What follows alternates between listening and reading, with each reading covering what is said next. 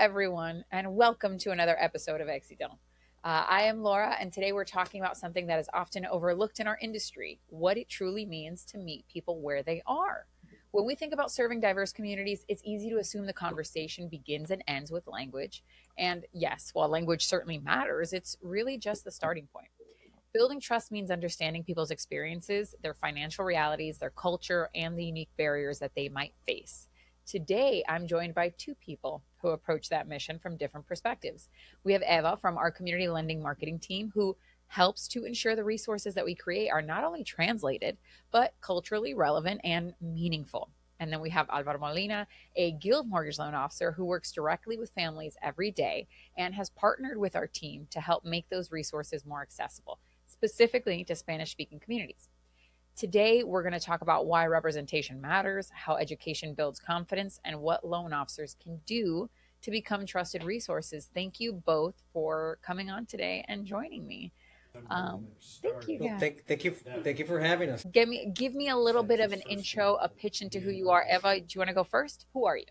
Yes. Hi, my name is Eva Morales, and I am the marketing and events person for the community lending. I work alongside with Laura in or the marketing department, and I create marketing for our loan officers when they're working with the community lending. I create translations for the assets that we currently have available in our Cent 360 library here at Guild, and we work along with other loan officers to create fresh new assets that could be helpful for our Hispanic community. Fantastic. Thank you. Alvaro, can you tell me a little bit about yourself? Yeah, my name is Alvaro Molina. People call me AJ because sometimes it makes it hard for some people to pronounce my name. So been going by AJ lately. Before I'm a loan community officer. Before I was doing this, I was a corporate attorney, and I've had the opportunity to travel all throughout Latin America. Lived in Mexico for a while. So when I heard the opportunity to do this translations and to better serve the Hispanic community by providing good translated material into Spanish, I said, I could do that. I've done it before, and I know what it takes. So I'm happy to be here, and I'm happy to be useful. Fantastic. I love that. Well, that's an interesting segue that I'm absolutely going to take advantage of. I love that you mentioned your past and you were an attorney. That's incredible.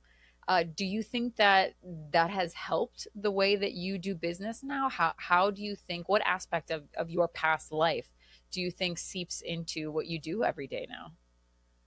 Oh yeah, I believe so. And well, being an attorney is a little bit more of a stressful job. You have to deal with people's problems. Like, I was a corporate attorney, so I had to deal with companies' problems, which can be complex. But most the most important thing that I learned through my 20 years of practicing law was customer service. If you keep a customer, you keep a client well informed, you're gonna have a happy client. In law, what we said, you keep a client informed, it's going to be easier to invoice them. But it's not the case in as a loan officer. But yes, the customer service has to be excellence. So that's one of the things I bring into this new career that I have. That's fantastic. Another question about that, because I mean it's really interesting. Other than the experiences that you went through that shaped the way that you do business, was there like a particular moment that made you realize, like, okay, like I got to get into mortgage, I got to help Hispanic families? Was there like one thing, or I guess a bunch of things? What was it that changed your mind? Well, I honestly find happiness in being useful. I really, really, really do. I feel like I've achieved something that makes me happy, and at my age, you don't have to chase money. If you do a good thing, if you provide a good service, the money's coming. Yeah. So don't focus on that. That's what I tell people. So, yeah, that was one of the drivers. And you know what? We don't. They say we're in sales, but I really don't feel we're in sales. I mean, we're the we're supposed to be selling something that it's already aspirational for people. Mhm. Who doesn't want to have a house? I'm not selling is insurance. Who wants to have insurance? Nobody. You're hoping you never use it, but you have to pay for it. But getting a house and helping people get to the house is aspirational. So I don't. That's one of the things that I think I bring is or what brought me to being a loan officer is being able to help people achieve that goal. It is we're not so much in the business of sales as we are in the business of people. So 100%. Eva, to you, from your marketing perspective, this conversation that we're getting into is about Spanish translations. Yeah, but why do you think that is just the beginning? Why isn't translating materials enough? What else? What is that next step? Creating a translated asset involves much more than changing words from English to Spanish. Our goal here is to provide resources that are accurate, compliant, relevant, and easy for loan officers to use with confidence. We begin by identifying the resources or loan officers need a lot of different assets, but we find out which ones they utilize the most. Mhm. And then from there, we partner with subject matter experts, those leaders, compliance, and translators like AJ to ensure that translated versions are delivered in a accurate form. When loan officers use the materials, they can trust that the content has been reviewed, approved, and aligned with guild standards. And this allows them to focus on serving their clients and building relationships instead of questioning whether the document that they just handed is accurate or not. Yeah. Yeah, no, you're absolutely right.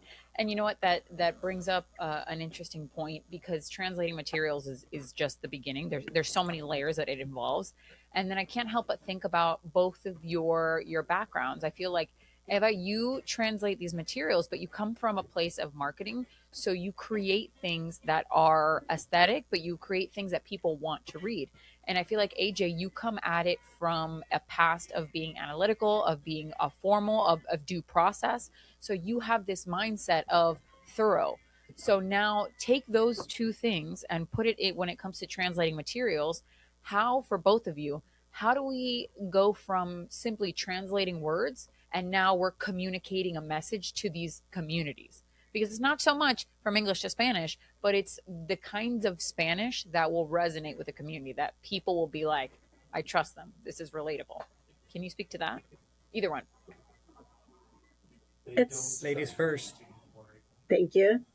It's about making sure the message connects with the people we're trying to reach. Of course, the translation needs to be accurate, but it also has to feel natural, clear, and relevant.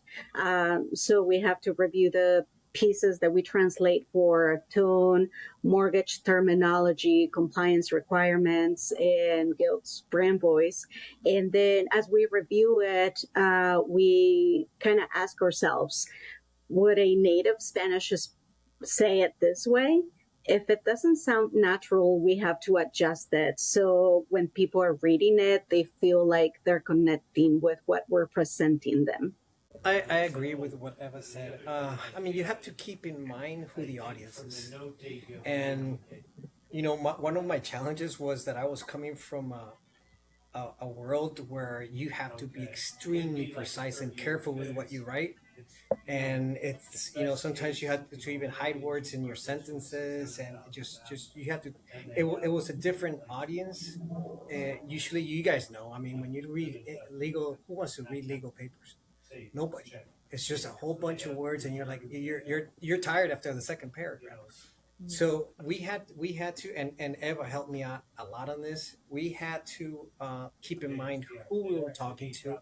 We had to be colloquial. We had to use simple words because we are. I mean, this is our day to day, but it's not a borrower's day to day. They're doing this once or twice in their life, maybe just once. So we have to keep it simple, but make sure that the right idea and the right message is sent. Fantastic. I love that you are bringing that up, the different languages, because you're right. There are different we all were use different words that mean the same thing. And when it comes to something so important as your mortgage, your financial security, your financial stability, how can you make it make sense for the day-to-day person to not only understand and be educated but trust you too? So I think that's kind of a big piece of the puzzle as well. To both of you, or to either of you, how important do you think trust is when it comes to not just translating these pieces, but spreading these pieces out and getting that marketing across to the person? Where do you think trust plays into that? Trust is something that you build. Trust is something that loan officers need to show to their clients. The clients, they're, especially in the Hispanic community, a lot of them hear a lot of bad testimonies about people being, not clear with home buyers about the entire process, about hiding information about fees and other things that you hear out there in the industry that a lot of home buyers are afraid of, and they don't even know where to start. So just building that trust with probably speaking the same language, providing something translated document that is accurate, that is compliant, that shows that you really care and that you put the time to translate that piece and handing it to somebody who can actually understand it and get the message is something really important. And that's why we're doing this. But more than that is the loan officer transmitting the trust to the client by being honest, by being clear with their messaging, and by being helpful to them. Fantastic. Yeah, I think I agree with what Eva said, and we gain a lot when we speak their home language.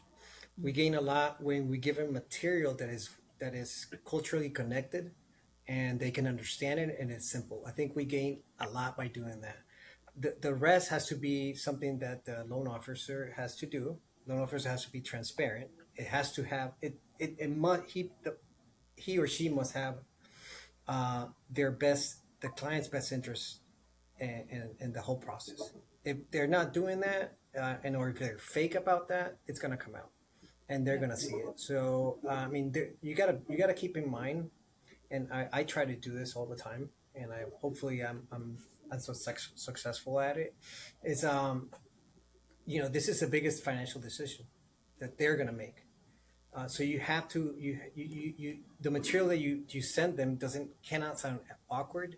It cannot be culturally disconnected, and you have to keep your client informed, and be transparent. If you don't know something, that's not a sin. You just don't know it. Let me confirm it. Let me verify it. Let me look at it, because you guys know there's 1,000 guidelines. Who's going to remember all that? And they change all the time, so of course you're never going to remember that. You just have to be transparent and keep their best interest in mind. I love that. And I do want to add, just as like a, because my mind immediately goes to marketing, right? I think of how to market to this particular demographic, how to market to Hispanic home buyers. And that also falls within the meeting people where they're at. Consider what their routines look like, consider what their day to day looks like. And not just meeting them where they're at through language or through, a flyer or something, meeting them where they're at geographically, like at a location. Like, where are the shops that they tend to go? Make sure that you're marketing at those places. When it comes to Hispanic families, we tend to be kind of like not distrusting, but we look at the younger generation and we're like, they don't know what they're doing. It's the older generation. They're the ones that we're going to listen to. How do you feel that there are financial like differences between like the generations of home buyers, especially now in this day and age, obviously with social media and all this stuff. But when it comes to Hispanics and Hispanic families, how does all of that work together? So sometimes some of these people, some of the Hispanic community members are new to the community. They're new to the country. So a lot of the things that you think people already know, they don't know. So you have to help them out. You have to tell them why maybe the credit is a little low, and you have to explain that to them. Tell them that it's necessary to have money in the bank. Sometimes some people say, "Well, I have the money. I don't trust banks, and it's not in the bank." I'm like, "Oh, okay, we have an issue. Help me out, please, because we can't do that." Um, but yeah, it's mostly that it maybe takes a little bit more educating, because you're not just educating financially, you're actually kind of educating also culturally and the way the things are done here. Mhm. So that's where sometimes I find struggles. Yeah, yeah, of course. No, it can be difficult to translate the world for people in that way. Eva, so tell me about community lending in all of this. That's another kind of puzzle piece to this. How does community lending help loan officers continue to have these conversations or to be better equipped to have them?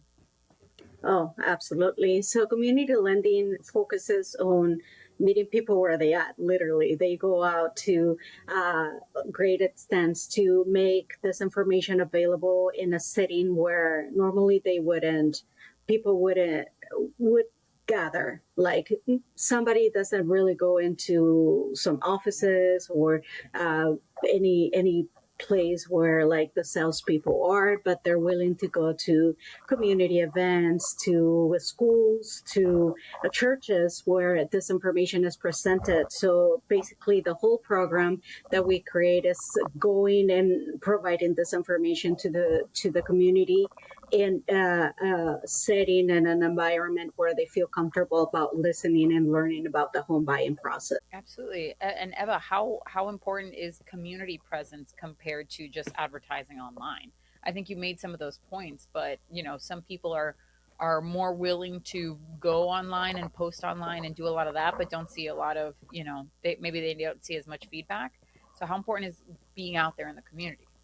Oh, yeah. Social media is great for awareness, for people to get to know you, but the real boots on the ground makes people trust you because they see you in person. They know you, that you can relate to them. They hear you talking, they feel your handshake, and they know that you're a real person trying to make a connection with them. And our community values that a lot. When, like, a loan officer, the marketing team, the community lending team goes out and really invests time and effort to make those connections, people really respond to that because we're humans. We always want to feel that connection with somebody that goes beyond just the screens, but the real human connection. Love a human connection. So AJ, a lot of loan officers think that that human connection, the screen is more than enough. But if a loan officer wants to better serve these multicultural communities and maybe don't know where to begin, whether it's online, whether it's at these community events, but they're not sure of that first step, what advice would you give for them or to them? Yeah, first, the the personal interactions are vital. I think so. I mean, the social media, what it helps is it just helps you to throw the net wider. More people can see you than if you go in places to places or networking. But it's you. I think one of the things that I do, and I mean, I'm not a big, huge social media guy. Maybe it's because I'm 1,000 years old. Uh, but I do like networking. People hate networking. I don't. To me, it's an easy task. So and going to places, going to the Hispanic Chambers of Commerce, NARAP, and all that, it's something that I don't mind doing. I like it, and I think it's some I invite loan officers to get out of the office, get out of their cubicles, and go touch people, go meet, go talk, see what they want, because you get to hear their needs, and you can adapt to whatever service you're doing because you hear their needs, and maybe you're not directing your marketing correctly, or whatever it is, but it's good that they hear you and that you hear them. I think I will invite them to go network or go to community events, churches. That's where Hispanic community goes. Right. Well, this conversation has been such a great reminder that community lending and what we do isn't about checking a box or translating a document, right? It's about building relationships, earning trust, and creating opportunities. We make families feel seen, heard, and empowered through their homeownership journey. Eva, AJ, thank you both so much for sharing your experiences and for the work that you're doing every day to help expand access to homeownership. If there is one takeaway that I got from today's conversation with you guys, it's this: language opens the door, trust is what brings people inside. So if you enjoyed today's conversation, be sure to subscribe to the Guild Mortgage YouTube channel for more conversations where we will continue to highlight the people and programs making homeownership more accessible. Thank you for joining us, and we will see you in the next conversation. Bye. Thank Thank you. Take it you. easy, guys.